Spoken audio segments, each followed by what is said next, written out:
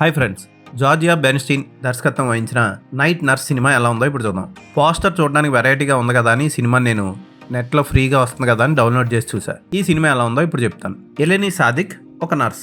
Douglas అనే వ్యక్తి ముసలివాడు రిటైర్మెంట్ అయిన వాళ్ళందరికీ ఒక ఓల్డేజ్ హోమ్ లాంటిది నడుపుతూ అక్కడ నర్సులను ఉపయోగించుకొని వాళ్ళని వాడుకొని వాళ్ళతో అసభ్యకరమైన చేష్టలు చేస్తూ టెలిఫోన్లో ఒక రకమైన స్కామ్ చేస్తూ ఉంటాడు. ఆ స్కామ్ ఏంటి, డగ్లస్ వలలో చిక్కుకున్న ఎలెనీ సాదిక్ బయటపడిందా లేదా, చివరికి వాళ్ళిద్దరు కలిసి ఏం చేశారు అన్నది మిగిలిన సినిమా.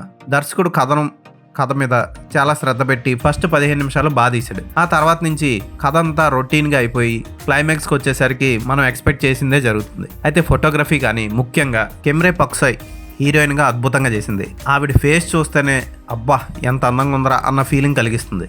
ఇక డగ్లస్ పాత్రలో బ్రూస్ మెక్కెంజీ సూపర్గా చేశాడు. అతని యాక్షన్ కూడా అదిరిపోతుంది. అయితే సినిమాలో ప్రేక్షకులను కుర్చీకి కట్టిపడేసే అంత సీన్లు అయితే లేవు.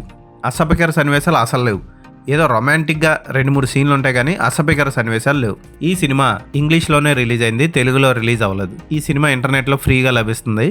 చాలా సైట్స్లో మీరు డౌన్లోడ్ చేసుకోవచ్చు.